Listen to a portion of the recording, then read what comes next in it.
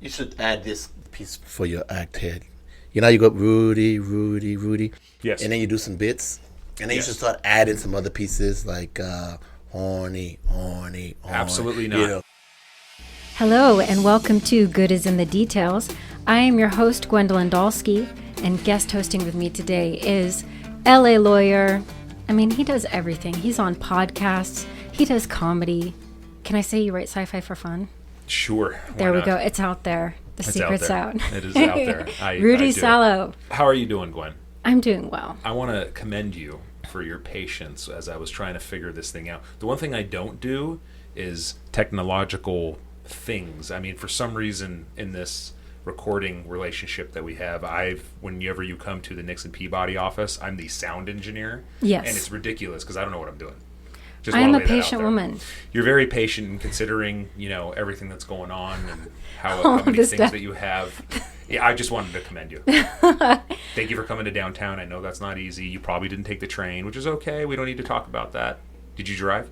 I did. Did you? Okay, that's okay. In your condition, that's totally fine. In my condition. Maybe I should let it out. No. There's no cats out of the bag. There was a bun in my oven. Yeah, I mean, you let that out of the bag on Facebook already.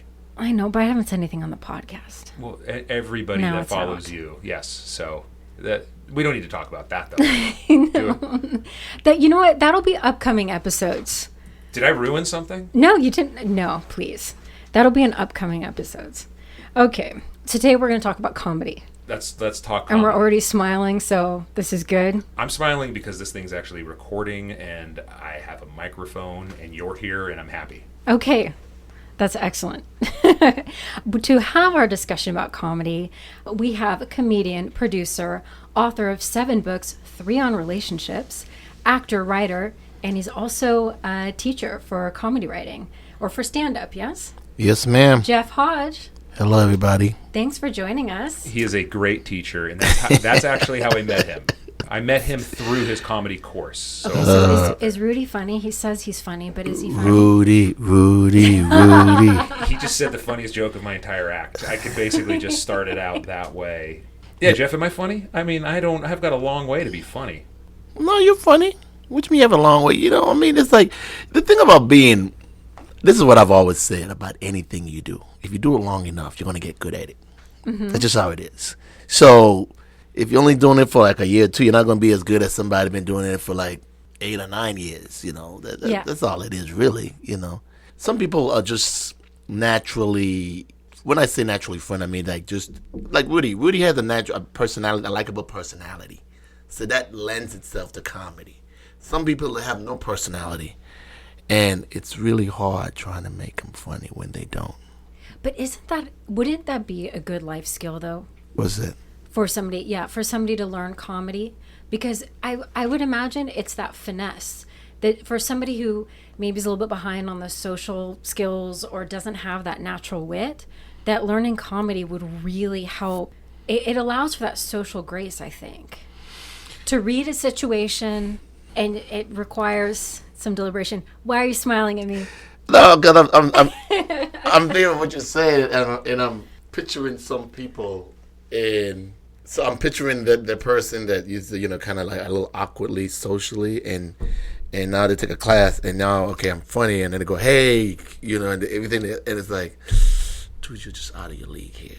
So what you're saying, it is true. Yes, learning comedy, you don't have to be stand up, but it will help you just in conversation, in social settings and what's not. I've had people that take classes just to help them with that aspect. Right. So it can't hurt. I will say, Gwen, the reason why I signed up for the classes is because I was doing a lot of public speaking and on an extremely boring topic, which is infrastructure and municipal bonds. And I'm like, how am I going to change things if I'm putting people to sleep? So that's why I decided to take some comedy classes and interject some comedy into my discussions, and it's helping. People are now just dozing off. Was that funny? That you probably wasn't. I should try again. You should try doing Aristotle. Yeah, well, a 2-hour lecture on Aristotle. Okay, let me turn the tables on you. Do you think that you could use some comedy in your teaching? Yes. If you don't have any humor in your lectures, then it won't work. And that's something I had to learn early on. So who taught you that? I have natural wit. She does. I will say she has natural wit. She is very naturally witty and smart. What? Jeff, you don't look like you're believing this. No, I was thinking of one of the few classes I enjoyed back when I was in college, the first 10 years. That was a joke. See, whenever he says that, I always laugh at that, but It is else. true. It took me 20 years to get through college. Okay. My psychology professor, I remember when I saw this guy. He was in a wheelchair, and, he looked like a hippie. And I remember seeing him around campus. I knew who he was, and then I get Dr. Long. So I even remember his name. And then I walk into this class, and I'm like, oh, that's that guy in a wheelchair. It's a big lecture hall. Okay. Psychology. I don't really want to take this class, but I got to take it. The funniest instructor, his lectures were all entertaining because he used humor. I showed up to every class. I remember his name 20 years later, and I've been in any class. So when you say about using humor in lectures and stuff, it do work because, like I said, because he was entertaining, I went to every class 3 times a week. And really, I think for me, it's trial and error. That I think early on when I said something and it landed and it was funny, it was unintentional generally. So I'm joking around being naturally witty. It's just a matter of picking up when, okay, this got a laugh. And then I just file that away and I say, okay, next time that works. Because I think that the attention span of people is your age divided in half. So I've got a bunch of 20-year-olds, which means I've got 10 minutes to keep them. You got a bunch of 20-year-olds with phones now. Yes. Back then we didn't have phones, so it was a little bit more different. Now they got phones, so you got to fight for that attention with. Yeah. Back then they had abacuses. See, I'm just going to be saying bad. So the whole theme today is me saying bad jokes and looking to you two to laugh love it. at it. But the reality is, I must say, what you were saying about the attention span of people, the reason why I took the stand-up comedy classes is because I had nerves. I know that sounds crazy because I'm seem like a free-flowing person that could talk on anything. I was getting nervous talking at these conferences. I needed to eliminate that nervousness. So I took improv for 8 weeks, and it mostly eliminated it, but I needed to take it to the next level. That's why I took the comedy classes. Okay. And what I realized from the comedy classes, people really don't pay attention beyond 5 or 10 minutes of anything that you say, no matter what topic you're on. So that once that I got over that realization of, everyone's gonna, if I flub one word, people are gonna say something. No, they're not. They're not even paying attention. So the best thing that you can do is be funny. That's what I think. I think that's most memorable, which goes right to what Jeff was saying about that psychology professor. Right. In terms of teaching comedy, I'm curious then when somebody, so as Rudy was saying, that he's going to you, for help with lectures or public speaking. What are people looking for when they're learning from you? Well, I just teach them all the same. I just help them develop anywhere from a 3 to 5 minute set. But in the class, from day one, you get up, I have them do like a bio, just write a bio themselves. And then they bring it in, and then they go up in front of the class, in front with a mic, and then they start reading it, and we try to punch it. Okay. And it's just like you would do comedy. So now, when they leave the class, they have an act that they can do in front of an audience. And they get at the end, and you have a graduation. You invite your friends, and they come, and you do that set, and you go, wow, I can be funny, Because like I tell a lot of my students, the friends don't believe they can do it. Oh, okay. Because, you're not a comic. You never thought about being a comic. Now I'm taking a class. Hey, man, whatever. I'm having a graduation. I want you to come. And they're more or less coming to see if you're really going to pull this off. Right.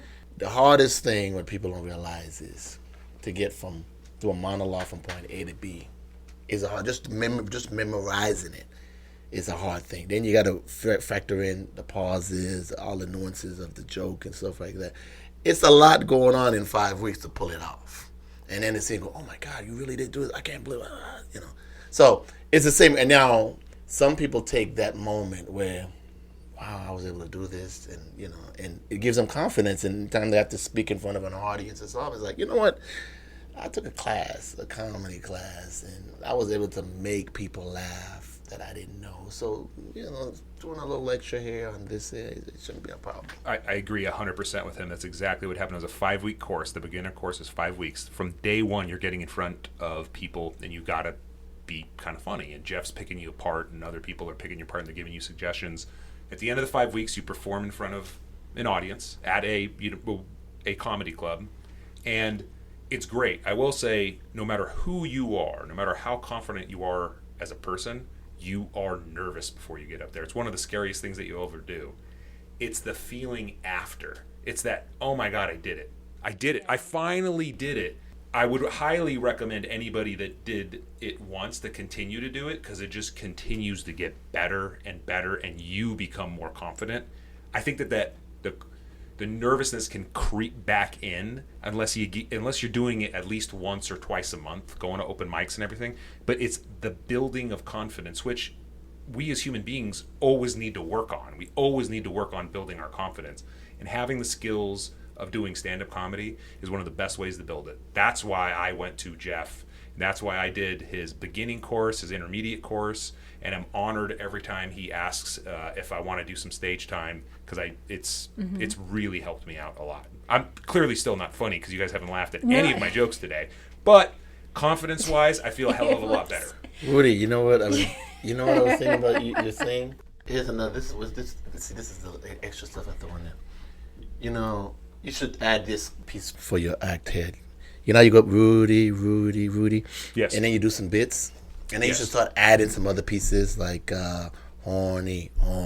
Absolutely not. I will not do that. Well, I'm just saying, but have some stuff like sleepy. But just have like 3 things that you can just continue through your act. Every now and then, you just throw in. And that, because your thing is the chanting. Rudy.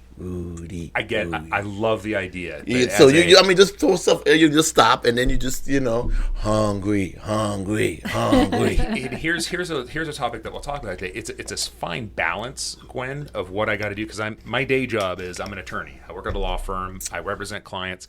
Thankfully, Jeff, as a teacher, and I know we'll get into this a little bit more. His type of comedy that he's trying to teach you, it's not offensive. It's not making fun of people. It's like real natural, like, hey, make fun of yourself a little bit. Don't go crazy. Don't be saying, he recommends not saying any bad words. So he teaches what I think is clean comedy, which is good. Oh. I think. I mean, would you say that's correct, Jeff? Yeah, that's how I was taught. They always say, when I came up, they say write for TV. If you write it clean, okay, and you're on stage and the producers from the Tonight Show, hey, we want you on the set. If it's dirty, like, well, my whole set is dirty. I don't have any clean stuff. But if you write it clean, you can. If you write it clean, you do it in a nightclub. You can add the curse words. Right. But if the curse words is your punchline, you got a problem. Okay. So I always tell my students, write clean. You can always jazz it up when you have to. But if all your punchlines are bad, you're a very limited audience you can perform for, and you don't want to do that. You want to have a big wide audience. That's what you want to shoot for. Well, some things from me trying to discern the essence of what makes something funny, and every time I try to come up with a definition, somebody challenges it. But there seems to be something that it has to be true. Well, one thing that I think is really interesting about great comedy is that it's an observation, and I think that's part of the critical thinking skills that are involved in what would make comedy. Just perfect observation. It has to be true. Well, it don't have to be true. It has to have a nugget of truth, right? Usually the punchline is an exaggeration of the truth, right? Right. So, but then I'm also thinking, well, what makes something that is unfunny? So, Rudy, when you said making fun of somebody, that can work if it's a caricature, but not always. And this is where I was thinking that there's a power structure that is revealed in comedy in the difference between something that lands versus that it doesn't. So making fun of somebody who is in power can be funny. Somebody who is in power historically, and they're making fun of somebody else, who has historically been lower on the socioeconomic scale, that it won't land nearly the same. That would then be offensive. Is that fair? I think that's totally fair. I do make some political jokes in my comedy, yes. I mean, even Jeff recommended not even doing that. He's like, hey, there are people out there who like our president or like the things that are happening in the country. I'm like, that's fine, Jeff. I want to go ahead and make fun of white supremacists. That's okay. I don't want to have the most inclusive audience in the world. But it's all about who is in power and making fun of them. Totally. But I never make fun of anybody other than me, because it's pretty easy to make fun of me. But I think what you just said is I've never heard it said that way, but I totally agree with you. I think that's right. Thank you. What do you think, Jeff? Well, yeah, it's definitely, the dynamics is basically David and Goliath. So if you were Goliath, like we said, one of the things I hate about that in the White House is, for a man that has that much power, for what he be doing, it just turns me off. It's like, really? You shouldn't be trying to bully people. Now, if it's some little kid it's a kid. So you look at it differently. Right. If you person in power, and you taking advantage of people under you, then you're gonna have a problem. It's gonna be harder for the people to go. That was fun, because you'll come out more like a bully. He's just bullying the people now. Exactly. So, I mean, in philosophy, we're always seeking definitions. So, for example, with Trump making fun of the reporter with the disability. Yeah. So there was a caricature, there were laughs, there was intention, but that cannot be sufficient. It doesn't work. It doesn't land. And I think that it's because of the inherent power structure. People imitate Trump. It works. It can work. And it's because there's a different power structure going on there. So that's what was making me think about maybe the importance of comedy, or what comedy can reveal, that it could also be a power structure that we're not even aware of, but sometimes that joke allows us to notice it. That's what I mean by a good observer as well. Well, you're a damn good observer, because now now every time I see a comedy act, man, I'm gonna be like, is he the David or is he the Goliath? Like, she just painted something right here that is going to be taught for the ages. Well, you know what? It's not even so much if he is. Or she is. I'm sorry. Oh, my bad. I want to be cognizant. No, look at it as the joke is that, because it's basically like we say, if you're going to do some jokes about other minorities, if I'm a minority, if I'm going to do some jokes about other minorities, I got to talk about mine first.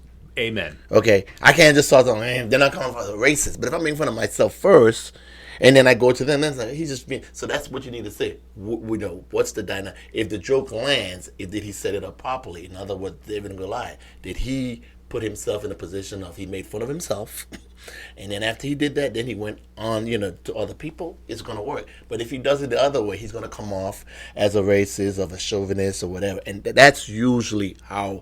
But now, here's the thing. You're always gonna have people that still likes that kind of humor, where some big guy is bullying somebody. You're always going to, and again, that's where that narrow audience comes in. Like, you'll have some comics build themselves as X-rated or, political and stuff. It's like, yeah, they get work, but it's very limited, because it's their act is tailor-made for a certain kind of art. So you can do that. But just know that when you do that, you're going to offend a lot of people, and you're going to leave a lot of money on the table, because it's only a small audience you're playing for. Okay. I got asked the question recently, because I had just did an act with Jeff at the Ice House in Pasadena, and it was great. And somebody that I was talking with, I was telling her about my act and what I did. And the question that she asked was, did you make fun of any minorities? I said, no, I don't do that. I don't. That's not a part of my act. She goes, well, how could you be funny? The only thing that's funny out there is if you're making fun of minorities. I'm like, is that really what you think? She's like, yeah, I do. That's the only type of joke I think is funny. That offended me so much that I just didn't want to talk to this person anymore. But Jeff's right. There are people out there that want that type of comedy. It's shocking, but it's true. It reveals. I mean, I think that's one of the things, because we're laughing, and I'm wondering if it's because we're laughing so hard and there's this release with it, that we forget that there's a level of intelligence there between who's getting the joke and what is the joke. That if making fun of minorities is your thing, then that's also very revealing about the concept of power structure, I think, as well, too, if you're thinking that's funny. Yeah, that's not a person I want to be around or associate with, to be perfectly honest with you. Well, so what started me thinking about this was I was on a plane, and my eyes were tired from reading, and I looked up at the television, and it was an episode of I Love Lucy. And I didn't have my earbuds in, but I knew what was going to happen. It was the famous grape stomping scene. So I'd seen it a million times.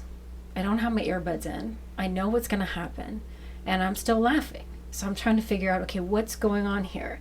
What is making this funny? And for me, when I started to reflect on it, I think that with Lucille Ball, she's challenging a couple of ideas. What is funny for a woman to do? Because you're actually looking at two things. You're looking at Lucille Ball, the CEO, the one who is, she's the first woman to have owned her own production company. She's the brains behind all of that. So it's all very calculated and thought out. And then you're watching this woman who's supposed to play the role of housewife, be more demure, throwing her entire body into a joke that's unladylike. So there's a couple of things that are being challenged there. That's where I started thinking about what comedy can do. Is it can it reveal things that when we're laughing at something, if we start to think about, well, what makes this funny, then it can tell us a lot if somebody's actually challenging us to pay attention to something that we think is normal but might actually just be an idea. Yeah. Well, like my sister, your family gonna always keep you humble. Two things. My sister asked me one time, how do y'all look at the same thing we look at but then find it funny? It's just the way we are wired, our brains. And then my aunt, early in my career, she came to my first show, only show she's been to. She's old school, real churchy. Bring her to my show. She comes, she see it. It was an open mic at the college, color contest. She didn't say a word about my set. We pull up to a stoplight, and she goes, so you mean to tell me they pay you to get up on stage and talk nonsense? But really, that's all it is. That's all comics do. We just getting up there, speaking our opinions, and we say it in a certain way that people laugh. That's basically it. We just talking nonsense. So, yeah. And a lot of times what I find myself as I'm watching comics and I'm studying them a little bit more so I can hopefully be funny one day and make you two laugh. Well, you're funny. Is sometimes I'm watching that, I'm like, oh, I've thought of that. Like, oh, that idea popped into my head. Like, oh, wow, he or she just put that into a joke. But there is a relatability that I think that what I think is funny is something that I may have either experienced or have done before, that somebody is just able to put it into a funny way, or they put a funny face to it. And I get jealous, to be honest with you. I'm like, you know what? I should have done that joke because I've had that thought bubble before. Mm-hmm. I don't know if that happens to either one of you. Or when you're watching comics, have you ever thought, hey, I thought of that. Like that joke popped into my head one day. Well, that's right. No, I wouldn't. I don't think in those terms, but I do think of the truth of what they're saying. That when I have to think about, okay, why am I laughing at this? It's because they've tapped into a truth that nobody else has really been able to articulate in the same way. I think. Well, Jeff, what would you say? What do you think is the function of comedy? Why is it so important for us? We need some release. I mean, you turn on the news. I mean, the first 10 minutes, I got to find something else. It's depressing. So you think? So would you say? I mean, that question and that answer is every human being needs therapy, whether or not they're in therapy or they go to therapy. The universal therapy is comedy. Comedy is something that we all need. Well, if you want to be that specific, I would just say everybody needs some entertainment. We need some kind of release, because if you think about working and just doing that mundane stuff every day, going home and 5 days a week just going home sleeping, and then you need some entertainment to get your mind out of, because you probably go crazy. And then once you do that entertainment, what's your choice? You want music, you want poetry, you want TV, So comedy, comedy. The one thing about stand-up that I like, is, and I heard this said before, I kind of did it. Those you see those comics that are going to act and make a lot of money, and then they still come back to stand-up. And they say the one thing about stand-up is you get instant gratification. You make a movie, a TV show, put in a box, and whatever that's a release date. It might be weeks, might be years from now. Comedy, you're going to say right now, you do it, boom. Ah, man, they love me. Oh, man, I still got it. Ah, man. So once you get that feeling, it's hard to get it out your system, because it is like a drug. Like the few times where I've owned an audience, which are very, very rare, like the last time I did a show with Jeff, it was just that magical night. And I'll tell you, this is an important thing that I've learned, and Jeff will support this too. The crowd is such an important factor in everything. Like I've said the same jokes or more or less the same jokes with the same routine, and like one crowd was okay. It was like a 70% hit rate. But then when you get the right crowd and the right mix and the right people, and it's 100% hit rate, and everybody's laughing and everyone's clapping, there is literally no better feeling on earth than being there with the crowd. That instant gratification, that magic for that 10 minutes. You created magic for those people, and it's magic for you that'll stay with you for the rest of your life. That 10-minute little yeah, no, that's great. Jeff, can you think of a couple of stand-up comics when you think about them, they're important? It's not just that they're funny, but that they maybe change the trajectory of what we think about ourselves in comedy. Maybe you too, Rudy, if you can think of I know for me, Richard Pryor. You know, it's funny. I grew up in the islands, you know, and I didn't know anything about comedy. Entertainment, I didn't know anything about anything. I just watched it or whatever, but I didn't know anything about it. And then I come to America, and I'm going to school here, and people would say, "You're funny. You should be a comedian." I had no clue what this was. So finally somebody gave me a tape and said, "This is comedy." And I listened to it. I'm like, oh, okay, I can do it. So Richard Pryor, to me, he's one of those comics that a lot of comics my age and started, those said, well, he was one of the reasons why they got into comedy. Eddie Murphy was the reason why I got into comedy, because up until Eddie Murphy, if you remember Eddie Murphy, Prince, Michael Jackson, all these young guys, up until then I thought you had to be old to be in TV. So I listened to Richard Pryor, but then I see Eddie Murphy and he's going, I'm like, well, I guess I don't have to be old to be in to do this thing. So let me give it a shot. Okay, so those two people made a difference for me as far as for a comedian. Let me see, I don't really watch a lot of comedy, you know, like now. And I don't know if I told you this, Rudy, because as a comic, you don't want to steal somebody else's material. Well, a good comics. Oh, wow. So you watch a lot of comedy. I see something today. 6 months later, I jump upon it. Oh my God, I got this nice bit. Now, is this the original, or am I regurgitating a joke I heard from 6 months ago? Oh my gosh, I never even thought about it. So you got to be careful when you know, because that can happen a lot. Yeah. So people ask me like, "Who are your new comics of today?" I don't really watch a lot of the guys. I'll watch every now and then. I watch, you know, but I mean Kevin Hart. I watch the successful comics. To me, I look up to them, and I don't care who they are. I don't, you know. I always hear people say, "Well, I don't think he's funny because," I'm like, "Look, he's making a shitload of money doing something I'm trying to do, so he's doing something right." So it ain't about being funny. Milli Vanilli won a Grammy and they couldn't sing. That's what it's about. I'm trying to make money. I mean, that's what you're trying to do. You want to, I mean, you like performing, but you also want to be able to make it, you know, take care of yourself and what's not. So I don't get into this, he's funny or he's not funny. It don't matter. If you have an audience, people think you're funny, that's all that matters. Because you think of the funniest person, throw out any name out there, I guarantee you'll find somebody who goes, he ain't that funny. Okay. Guarantee. He ain't that funny. So it's all a matter of what they do for me, what they mean to me as far as for, you know, are they... Kevin Hart, he wrote kind of like the Instagram, the, you know, social media kind of guy, which is good, you know, but I can't even get like freaking 2,000 fans, you know, you got 68 million, you know, so that's good, you know, stuff like that is like, when I look at it, it's like, okay, so I don't really go by the joke stuff, I go by kind of like, what have they done for the craft to advance it? If I had to pick somebody new right now, it would be Kevin Hart. You know, for what he's done with the social media thing, the Netflix, give us another avenue to, like, you know, make some money, sell stuff. Because back in the day, it used to be Showtime and HBO. You really have to be big to get a Showtime HBO special. I'm driving down Melrose and I'm seeing these billboards and some Netflix special is coming. I'm like, who the hell is that? I don't know who it is. I'm like, I think I should have one. But because I don't know who that person is, I'm like, well, it gives me hope because I don't know who that person is. Never heard of them. I'm in comedy 30 years. They got a Netflix special. That gives me a shot of maybe getting one soon. So that's kind of what I look at as far as for like comics that are trailblazers, that are setting things apart. And what would you, if I can just back up a little bit, what would you say about, let's say, Richard Pryor? What was he's the first comedian you listened to, and so what resonated with you about his comedy? With Richard, it was... I could relate. Richard Pryor, when I watched him, and I always try to get to this point. With Richard Pryor, almost like when he was real animated, and if he's talking about a deer, and he's, you know, he actually, like, the way he's acting, you can, like, it's actually a deer that is up there, like he's actually.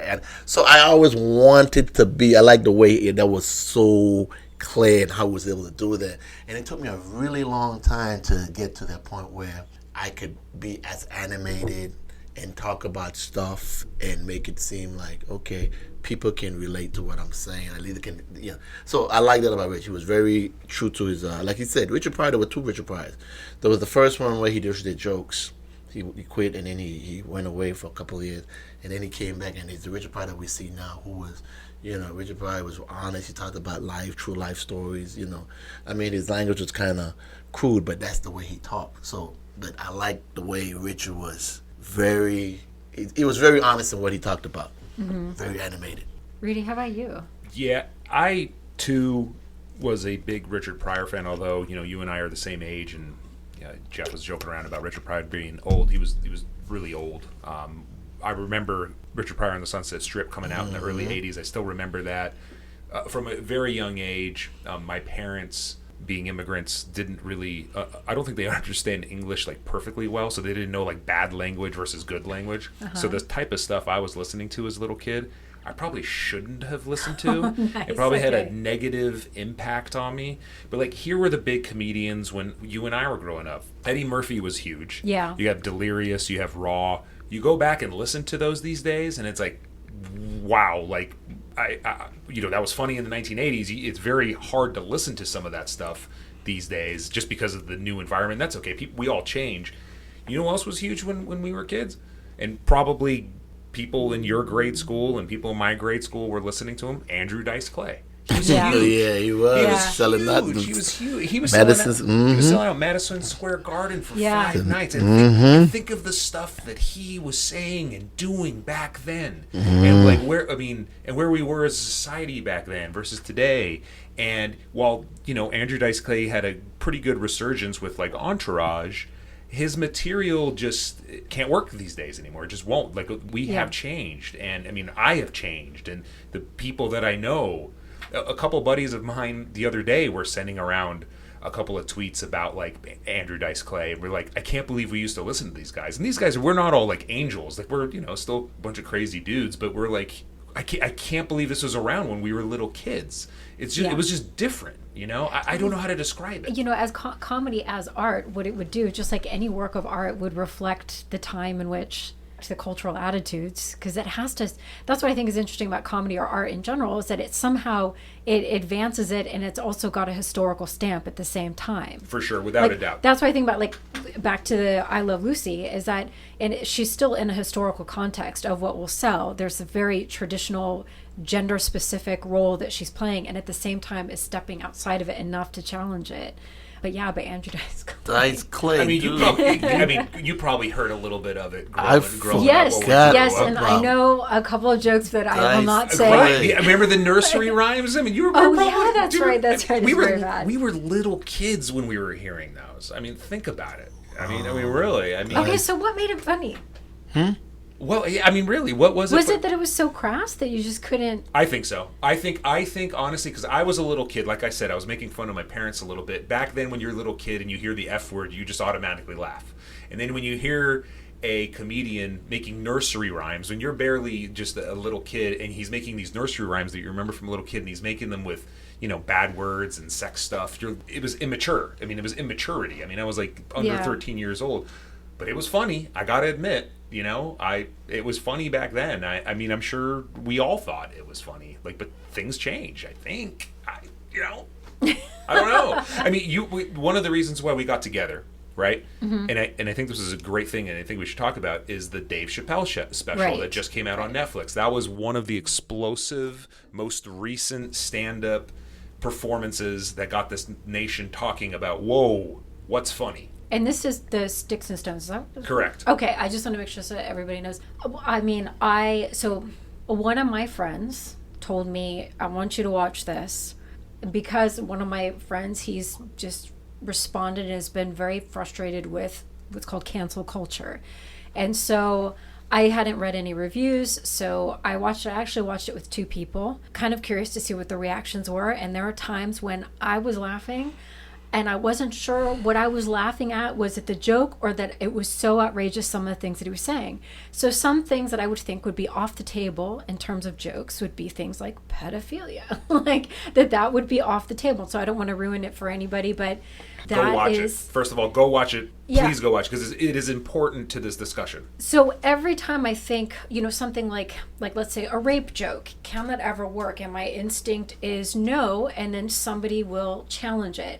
I actually heard Sarah Silverman, and this might have to do back to Jeff, we were talking about in terms of minorities, because Sarah Silverman made a rape joke. I didn't think it was funny, but because she made it, it was forgivable. If a man had made the same joke, I would have turned off. Exactly. I would have turned it off. And so now I'm more conscious of it whenever I hear something along those lines. And then with Dave Chappelle, then Dave Chappelle comes along, and I am laughing through the whole thing. And I have to figure out what's going on here, because every time I think that there is a rule, some things are not funny, they're off the table, somebody challenges it. What did you think? Were you laughing? No, I watched it. Did you have any of the same reaction? Like, I'm not sure if I should be laughing at this, but I'm laughing? This was what was going on. Be honest. I was watching it with my wife, and Okay. I said, Kate, we need to watch this together because Gwen and I are preparing for this, and Kate's got a great sense of humor, and we like to watch stand-up specials together. She's good.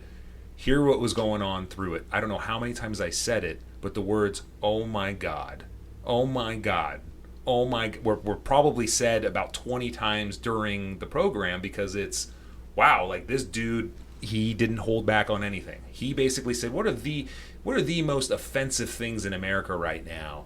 And I'm going to take a mirror and I'm gonna make some jokes about it, and I'm gonna have people out there.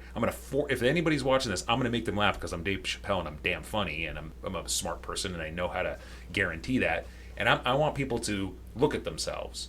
And I felt bad watching some of it. I mean, you were talking about the pedophilia when he was making fun of like the Michael Jackson situation with the kids and everything.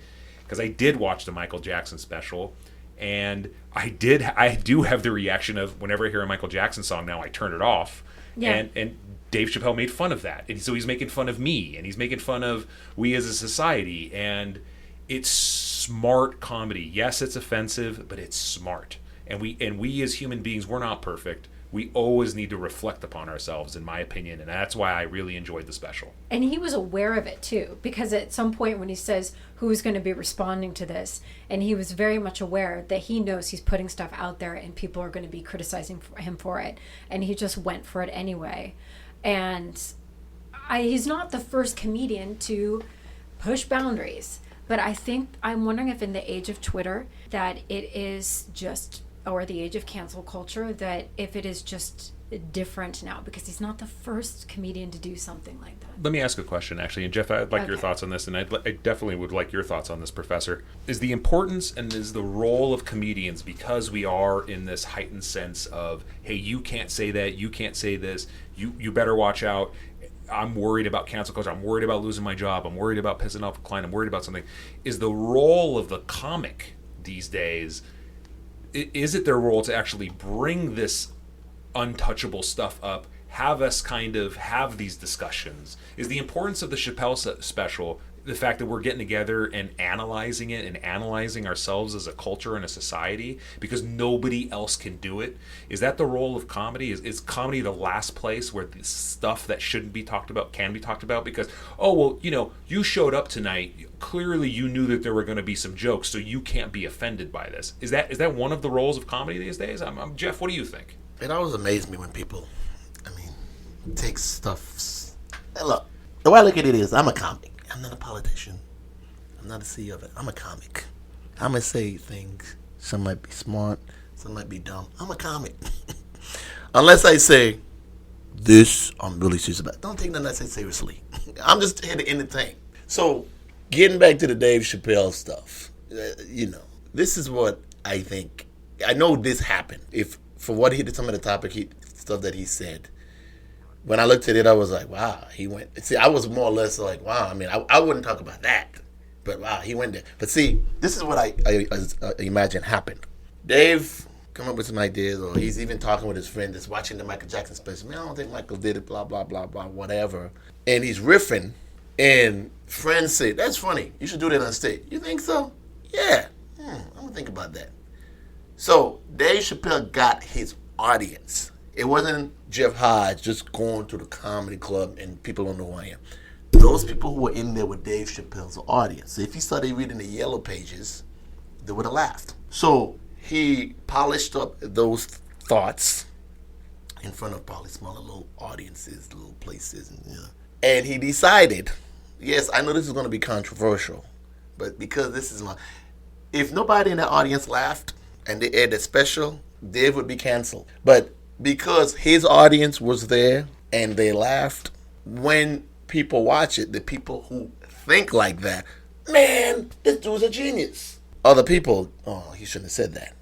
So I just looked at it as, okay, Dave smokes a weed. He came up with this concept. Somebody said it was funny. He decided to do it because he knows he's going to push the envelope. He put it out there, and it's doing exactly what he thought it would be. His people are always following him, and by everybody talking about it, it's generated a lot more buzz. They probably gave him another special deal because he got a lot more people look. But I didn't really, like I said, I look at a lot of comics. I think comics, especially comics, because, I think comics, whomever you are, should be able to do what you want to do. When I say that, because like I said, just because I want to do it, that don't mean you shouldn't do it. But you know what? So every time a comic does a joke, as a comic, it gives me ideas of avenues where, you know what, I won't do that joke, but here's a little avenue I would go down. I could come up with a joke for that. So I just look at it as more as, learning curve for me.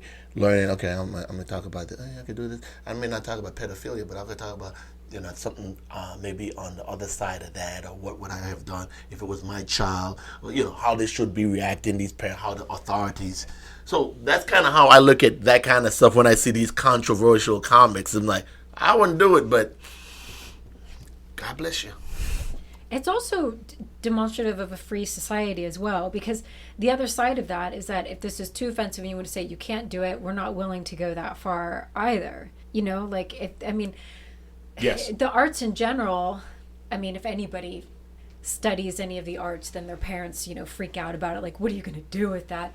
And it's so funny how it seems to be at the bottom of the totem pole, but the one time it's threatened politically, it is the scariest thing ever. So you have to allow that room for the comedians to do their thing, because it's also just demonstrative of how healthy a democracy is. Yeah, what you're saying is comedy and stand-up comedy and being able to, touch the untouchable or speak the unspeakable is a pillar of our democratic freedoms. And you're right. So that's what it is. That's why it's so important that we do sit down and talk about it. And if something isn't funny, somebody's trying to be funny, and if it isn't funny, we should probably have a discussion about that. So you're right. This is a place where, since he's not a politician, there's not votes at stake or anything like that. But and he's what is rich. At stake He's already is really rich. He talked about the ranch that he has in Ohio. God bless him. But yeah, no, you're right. He doesn't want to get elected. Like my aunt said, you mean to tell me they pay y'all to get up on stage and talk nonsense?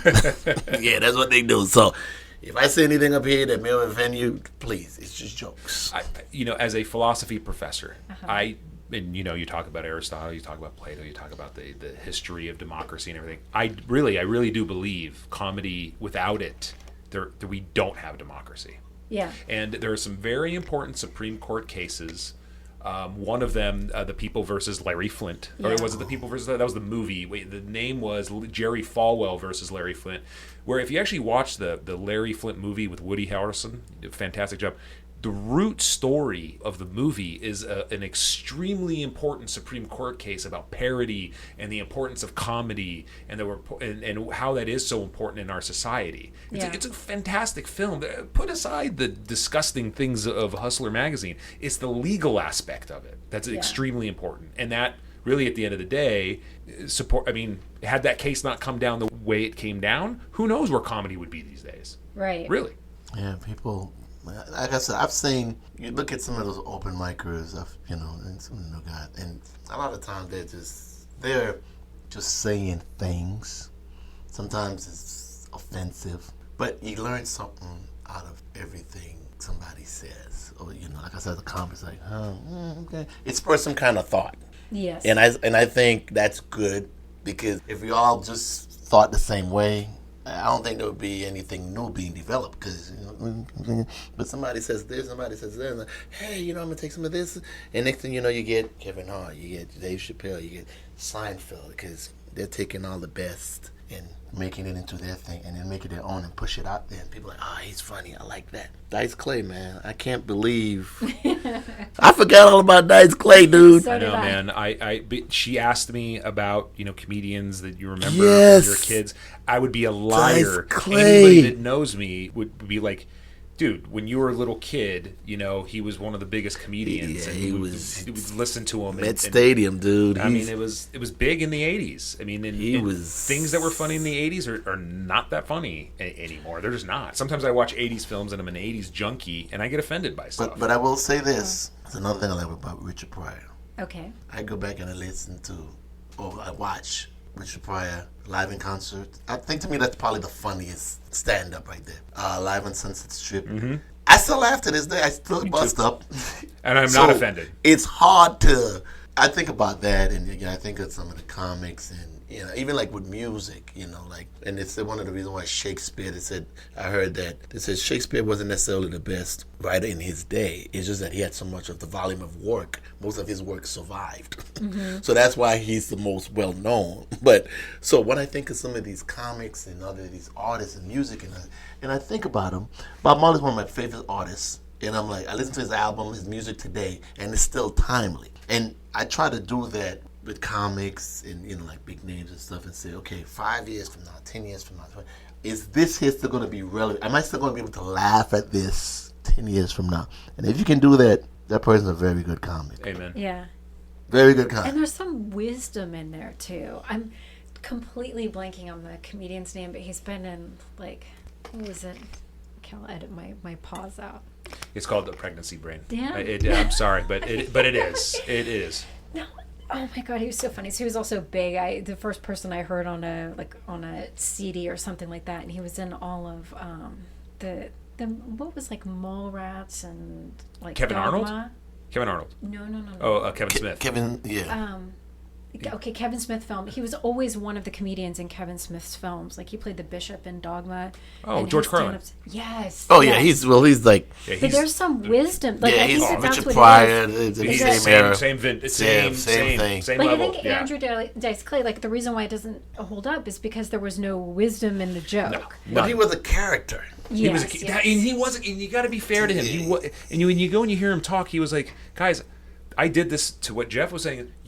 I sold out Madison Square Garden because this is what you wanted. This is not really me. I'm Andrew Silverstein. This character I created was Dice Clay, but that's not me. That's not my soul. And I'm like, I get it, man. You took advantage of a time. It's a reflection of us as a society. Well, sometimes, I think of how the biz works, and I'm thinking, his people, the people that signed him or whatever. Some of that, sometimes, I would imagine the nursery rhymes was his linchpin, was his closer bit at some point. It was. It actually was. So I'm saying, I don't know when he got that, but I'm just thinking how it works. At the Comedy Store, he gets signed, and he's doing a thing, and his people say, hey, look, this is what we're going to do. We're going to create a character based on, this. And they created that character for it, that came together and put that character together, And he used it to make a lot of money. But one thing somebody had told me a long time ago, they said, one thing about character, when you're like a character comic like that, it's hard for them to get work like in TV and film. Because unless we're looking for the Dice Clay or something like that, you can't build anything around that character. Yeah. So you got to be real careful if you're going to become a character on stage. That is actually excellent advice. Andrew Dice Clay did one movie, The Adventures of Ford Fairlane, where he basically played Dice, and then he kind of died away, faded away until he showed up in Entourage. Was he really that successful long term? No. Versus all of the other comedians. Wait, long term? What am I in it to be long term, or am I in it to make a shitload of money? And yeah, I may not be relevant 10 years from now, but if I'm still living in a gated community, so I'm just saying, what is your end game? Fair enough. So, like they said, which would you rather? Would you rather have a number one album that stays in the top 10, number one album that for like what 6 weeks or something like that, or would you like to have an album in the top 10 for the whole year? Which would you prefer? And I'm like, well, I mean, how old am I? Where am I in my life? But either way, you're gonna make a lot of money. Now, what are you trying to leave behind? Do I want to do this here for 20 years? If not, I'm gonna take the short-term payout and just say, hey, I made my money. I'm out. If I want to be relevant for the next 20 years, yeah, keep my album in the top 10. By the way, Lionel Richie, I think, was the only one that did that. He was in the top 10 for like a whole year.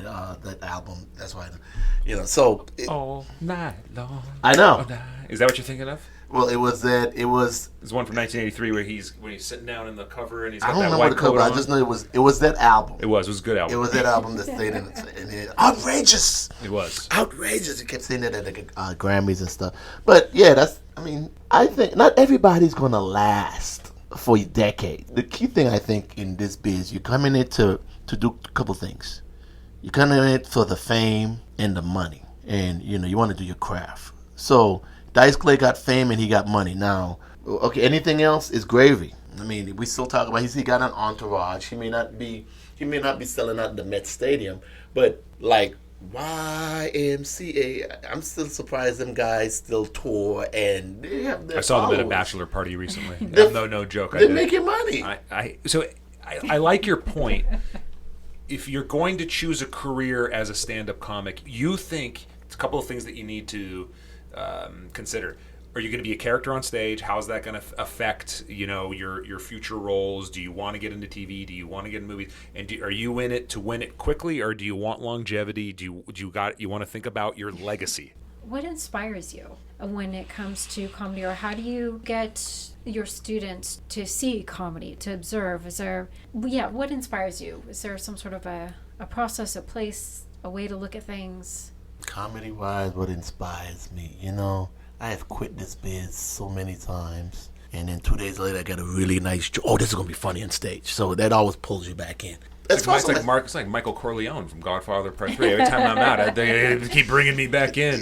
That's what I'm saying. When it's your passion, you always find your way back in. You're not gonna stay gone. I look back and I don't realize I've been in this for so long. How I was able to stay in it this long. With the students, sometimes I find myself fighting with the students. And one of the hardest things is this. A lot of the students, they're older in the sense that they're not like teens. So they come in, they've watched a lot of comedy, and they have a vision of how they want to be. Well, I've had people say, I'm going to be the next Seinfeld. I'm going to be the next. And I'm like, wait a minute. You just got to be you right now. Seinfeld took forever to get to Seinfeld. You just got to be you. So you got to try to get that out of their head and to get them to focus and say, look, this is going to work. No, I don't think that's funny. I want to do this. Well, I mean, you can do that, but trust me, you need to start here to get there. So sometimes that's a struggle. I used to take it personally in the beginning. Oh my God. My friends would tell me, just lighten up, let them, So now when I come in if they don't want to follow my instructions. I had one guy say, why are you taking my class? Because I'm telling you what to do, and you telling me what you're going to do. You're defeating the purpose of taking the class. So my students, I try to get it out there and say, look, I know you've seen a lot of TV, a lot of comedy, Trust me, this is the process that I learned, and this is going to help you at the end of the day. When it's all said and done, when you do this here, nobody else can do this material because it's you, So. Right. I think that's such an important lesson that a lot of people, we see the success and we don't see how much work it took to get there. Mm-hmm. I know a friend of mine who did stand-up, I remember seeing him do a joke and it didn't land. Mm-hmm. And it bothered him. I remember after the show, like trying to figure out, and then I saw him over time tweak it. And then I was in the audience when it did work. And to me, that's part of the thoughtfulness that people need to see. Like that took a lot of thinking and effort in order to get it to that point. But if you had just walked into the audience and see it land, you wouldn't have seen all the times it didn't and how much rumination, I guess, it took to get there. But yeah, I think that's an important lesson with pretty much with any profession. I think everybody wants to be famous right away and successful right away, and they don't realize how much work it took to get there. The pros make it look easy. Yeah. That's why everybody's, I can do that. No, you can't. I always tell people, look, if I came to your job and said I could do that overnight, you'd go, no, you can't. You'd be upset. Because you know all the training and the time you put into becoming what you are and to where you are now. It's the same thing how comics feel. And artists like, no, you can't do what I'm doing just walking in. Yeah. Took me years to get to this point. Exactly. Well, okay, I have to say, all right, so you have 3 books on relationships. Yes, ma'am. Okay. Can you just read off what the topics are? The first one is called 101 Ways to Keep a Man. Okay, can you give me one of those ways? I'll read the other 100. A clean way, Jeff. Remember, she's got these are students. She's got students that she's got that listen to this. Remember, we're trying to open up your student population here, buddy. Well, here's an easy one. Don't take advice from a lady that don't have a man, can't get a man, or can't keep a man. That's really good advice. That is. I'm sorry, but that is very good advice. Okay, so everyone listening, you have to buy the book to get the other 100. Okay, so what's another relationship book? 101 Ways to Tell when the relationship is over. Oh my goodness. So did you write this before the phenomenon of ghosting and all of that?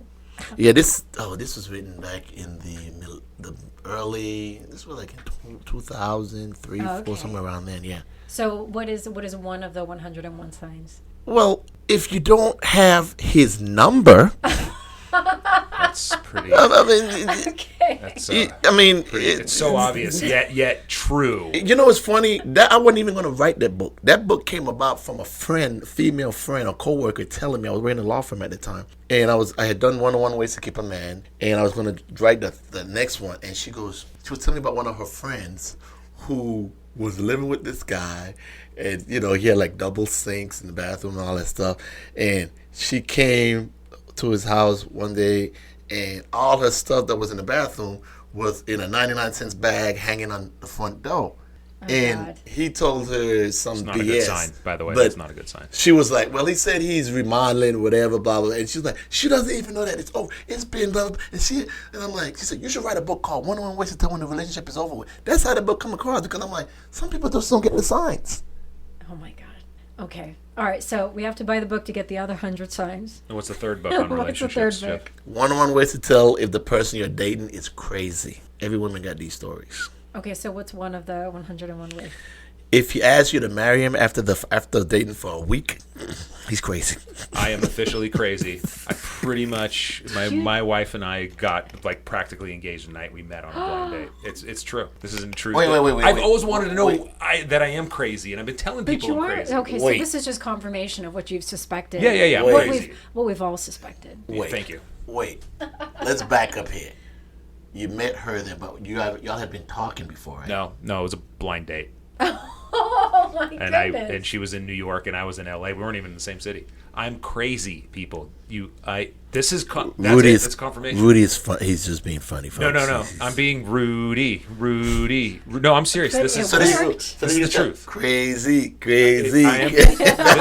This is a true story, Jeff. Wow, is it really? Yeah, you're never gonna have me on stage like ever again. You're never gonna have me on another podcast. No, it's not true. But I think that what I need to do is read these relationship books, and we need to do. Jeff, would you do another?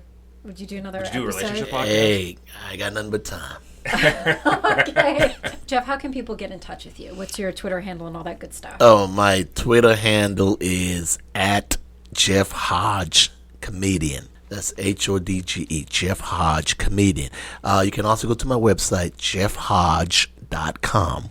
That has all my stuff on there. And Facebook is @Jeff Hodge Comedian.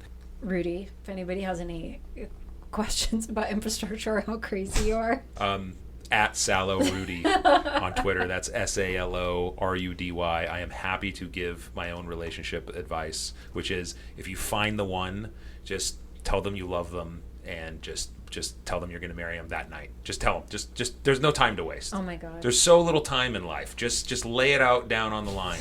No games, no nothing. That's it. That's my relationship advice. I don't need to give you 101 more things. That's it. Usually that's in age. Did I make you guys laugh? Finally? Did I finally make you guys laugh? Please. Nothing. Oh my God. Okay, a hopeless romantic here. Oh my God. Okay, well that was sweet. All right. Thank you, Gwen. Thank you, Jeff. Look forward to more relationship talk. And if you have any questions, you can always tweet me at... What the hell is my... Okay, @Dolske. For real? I think we need to end this. Yeah, we're ending this right now. Okay. Thank you, Gwen, for thank making you, the whole Jeff. show. And Thanks for having me. Thank Bye. you.